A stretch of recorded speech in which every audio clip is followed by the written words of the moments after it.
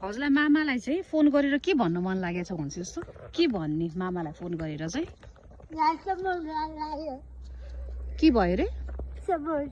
कसले समाउन लाग्यो हजुरलाई किन समाउन लाग्यो हजुरले के गरिदिइसकेको छ कसको अब मेरो साथी ठेकिजाज्यू चाहिँ अब मामालाई कल गरेन भनेर रोइराख्छ छ अब मैले है अब हामी आएको बाटो चाहिँ उतै हो यो लगाएपछि म हिँडेर भने ऊ पनि यसरी बस्छ है ल यस्तो छ अब यस्तो छ के गर्ने आइसोस् नरुसियोस् न रुनु हुँदैन के अब रोएर सबै कुराको समाधानै हुँदैन नि आइसोस्